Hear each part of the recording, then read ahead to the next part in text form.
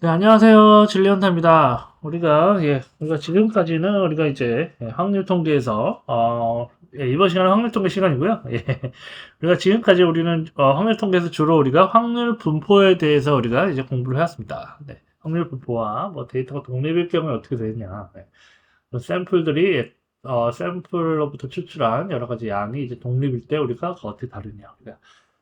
그리고 정기 분포, 확률 분포와 관련된 얘기를 주로 해왔다면, 우리가 이제부터는 진정한 이제 통계를 한다고 볼 수도 있겠는데, 네. 네. 물론 뭐 깊게 들어가지 않습니다. 통계학과 학부 과정에서 깊게 3, 4학년들이 배운 그런 내용까지는, 네, 그런 내용까지는 깊게 들어가지 않고, 물론, 어, 그리고 간단한 내용만 할 거고요. 우리가 이제부터는 어떤 걸 할 거냐? 알려지지 않는 분포로부터 우리가 어떤 확률 표본을 우리가 추출합니다. 우리가 표본을 추출한 다음, 그렇게 간측된 간측값들로부터 우리가 알려지지 않는 분포에 대해서 말하고자 합니다. 네. 그러니까 분포는 알려져 있지 않지만 우리가 샘플만 가지고 그 분포에 관해서 우리가 한번 얘기해 보려고 하고요. 이런 과정을 우리가 뭐라고 하냐? 이런 과정을 우리가 전문 용어로 하면은 뭐 통계적 추론, 영어로 하자면 뭐 statistical inference다. 우리가 이렇게 말합니다. 그리고 이런 확률 분포에 대한 이런 샘플로부터 추출한 확률 분포에 대한 미지의 특성을 우리가 이제 추정한다고 합니다. 그것을 우리가 estimation 한다고 하고요. 이것은 우리가 이제 이런 통계적 추론의 중요한 한 부분이라고 볼 수가 있겠습니다. 우리가 그러기 위해서는 우리가 이제 여러 가지 이제 샘플과 관련 샘플을 우리가 얻겠죠. 관측값들로부터. 그렇게 되면 샘플로부터 여러 가지 양들을 우리가 얻어낼 수가 있습니다.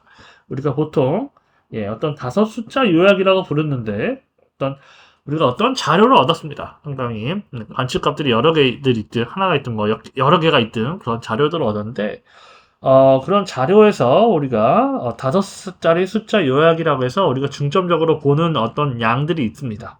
네, 다섯 숫자 요약이라고 해서 다섯 가지 양이거든요. 우리가 그것을 five number summary라고 부르고 어떤 양이냐? 바로 the first quantile 제1 사분위수 그리고 중위수 그리고 제2 사분위수라고 부르는 second quantile 그리고 제3 사분위스라고 불리는 그쵸? third quartile,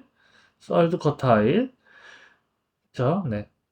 중위스 혹은 세컨 쿼타일이라고 중위스나 세컨 쿼타일은 2, 3분위스는 또 같은 말입니다. 즉 1, 4분위스, 2, 3분위스, 3, 4분위스 바로 그 데이터가 어떤 백분위수 그 데이터에 해당하는 어떤 백분위수에 해당하는 양 그쵸? 네. 예전에 제가 관련된 양들을 우리가 다룬 제 동영상이 있습니다. 그걸 보시면 되겠습니다. 찾아서 네. 그래서 네 하고 그리고 1, 4분위수, 2, 4분위수, 3, 4분위수 외에 그리고 자료의 최소값과 최대값 이렇게 다섯 가지를 합쳐서 우리가 5 number summary다라고 부릅니다. 그리고 제 3, 4분위수에서 제 1, 4분위수를 뺀 양, 이것을 바로 우리가 인터쿼타일 렌즈다. 네, 그리고 4분위수 범위다라고 우리가 부르고 IQR이다. 이렇게 우리가 정의를 합니다. 그래서 우리가 이런 다섯 숫자 요약을 우리가 이제 그림으로 나타내기도 하는데, 이 그림으로 나타낸 것이 우리가 이제 박스 앤 휘스커 다이어그램, 네, 상자와 수영 그림, 우리나라 말로 굳이 하자면, 또는 이제 박스 플랫, 상자 그림이라고 우리가 부릅니다. 자, 그럼 어떻게 하는지 우리가 이제 간단히 알려드리도록 하겠습니다. 네, 간단히 알려드리면, 일단 먼저 상자 그림을, 네, 상자, 박스 플랫, 네, 이런 상자 그림을 그리기 위해서는 먼저 수평축을 그립니다. 네, 먼저 수평축을 그린 후에 이런 제1 사분위수와 제3 사분위수의 어떤 상자의 왼쪽 면과 오른쪽 면이 위치하도록 우리가 어떤 상자를 그립니다. 네, 어떤 상자를 그립니다. 자, 상자를 그리고요. 네, 수평축을 그린 다음에 제1 사분위수와 3 사분위수의 상자의 왼쪽 면과 오른쪽 면이 위치하도록 상자를 그립니다. 그리고 그 중위수 제2, 3인수의 수직선을 그려놨습니다. 그 상자 사이에 그린 상자 안에 어떤 이제 그 양이 있겠죠. 그렇죠? 어떤 상자 안에 양이 있을 텐데 그 부분에 이제 중위선에 해당하는 부분에 수직선을 그려서 넣습니다. 네. 그런 다음 최소값으로부터 상자의 왼쪽 면까지 그리고 상자의 오른쪽 면으로부터 최대값까지 수평선을 그림으로써 우리가 수염을 표시하게 됩니다. 이 상자의 길이는 우리가 IQR 우리가 아까 얘기한 IQR 4분의 범위와 우리가 같다고 볼 수가 있겠습니다. 네. 같다고 볼 수가 있겠고요. 우리가 제가 한번 상자 그림을 우리가 박스 플롯을 제가 한번 보여드리도록 얘를 찾고 있거든요. 제가 얘를 보여드리도록 하겠습니다. 네. 보여드리도록 하겠습니다. 그래서 우리가 이런 박스 그림으로 인해서 우리가 이제 어떤 데이터가 왼쪽으로 치우쳐져 있는지 오른쪽으로 치우쳐져 있는지 그것을 우리가 알 수가 있고요. 네. 그러니까 이런 게 되겠습니다. 우리가 이런 그림 제가 한번 갖고 올게요. 제가 그림을 하나 갖고 왔는데, 요런 거죠. 요런 그림인데, 요 부분이 이제 Q1, 1, 3일수가 되겠고요. 요 부분이 이제 Q3이 되겠습니다. 요런, 요 박스를 그리고, 여기 선을 걷는데, 요 부분이 바로, 중위수, 2, 3일수가 있는 부분이 되겠습니다. 그쵸? 그리고, 최소값에서, 요 Q1까지 부분을 이렇게 선으로 그리고요. 또 요 부분도 최대값까지 부분을 이렇게 선으로 그립니다. 그래서 이제 여기서 이제 보게 되면 이런 어떤 데이터를 우리가 이제 데이터를 얻었는데 이런 데이터를 우리가 이렇게 또 우리가 밑에는 이제 어떤 양이 나왔고요. 우리가 이렇게 박스 플러스로 우리가 이렇게 표시하게 돼서 이 데이터가 왼쪽으로 치우쳐져 있는지 오른쪽으로 치우쳐져 있는지가 알고 있고요.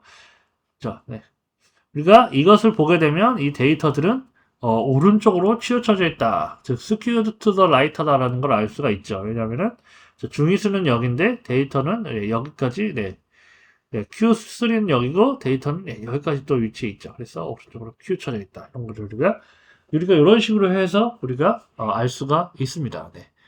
이런 식으로 해서 알 수가 있고요.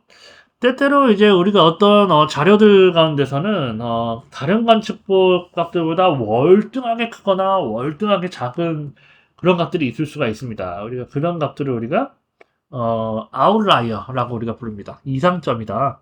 또 그렇게 부르기도 하고요. 그리고 상자와 수형 제가 보여드렸던 이제 상자와 수형 그림에서 상자의 좌측 끝과 왼쪽 끝으로부터 각각 IQR, 인터커타일, Q3에서 Q1, Q3에서 Q1의 1.5배 이내의 거리를 우리가 이너 펜스다. 안쪽 울타리라고 부르고요. 그리고 3배 이내의 거리를 우리가 아우터 펜스. 그리고 바깥쪽 울타리다라고 우리가 이렇게 부릅니다. 바깥쪽 울타리라 부르고 그 데이터가 일단 어떤 안쪽 울타리와 이런 바깥쪽 울타리 사이에 있는 관측값을 우리가 suspected outlier, 그러니까 의심이 간다. 아웃라이어로 좀 의심이 가는 점이다. 라고 하고요. 바깥쪽 울타리 밖에 있는 우리가 점을 보통 우리가 아웃라이어라고 우리가 이렇게 정의를 합니다. 우리가 이런 것을 이제 어떤 투키라는 사람이 우리가 이제 이렇게 정의를 했습니다. 이런 식으로 이상점을 식별하는 방법을 그냥 간단하게 제시한 거고요. 그리고 또 살펴본 용어로는 우리가 어떤 미드레인지, 그래서 자료의 최대값과 최소값의 평균, 이것을 우리가 미드레인지, 중앙범위라고 부르고요. 또는 이제 우리가 삼중평균이라는 것도 우리가 다룰 때가 있습니다. 삼중평균은 우리가 바로 어떻게 정의하냐? 4분의 제1 4분의 플러스 2 곱하기 중위수, 2 4분의 플러스 제3 4분의 더한 것을 4로 나누게 되겠습니다. 자, 이런 쓸 수가 있고요. 어떤 자료의 범위라는 것을 우리가 얘기할 때는 자료의 최대값에서 최소값을 뺀 거를 의미를 합니다. 그래서 우리가 이런 식으로 해서 우리가 이런 식으로 해서 표본 특성을 우리가 이렇게 살펴볼 수 있다. 우리가 어떤 자료로부터 우리가 어떤 통계적인 값을 우리가 임의로 추출해냄으로써 우리가 표본 특성을 알아낼 수 있고, 우리가 이번 시간에는 그런 표본 특성을 알기 위해서, 표본의 특성을 이해하기 위해서 우리가 관련된 용어들에 관해서 우리가 공부했다고 보시면 되겠습니다. 이번 시간에는 우리가 이렇게 용어들에 관해서 우리가 알아봤고요. 우리가 다음 시간부터는 이제 또 본격적으로 이제 추정에 관해서 본격적으로 공부를 해보도록 하겠습니다. 네, 지금까지 들어주셔서 감사합니다. 다음 시간에 뵙겠습니다.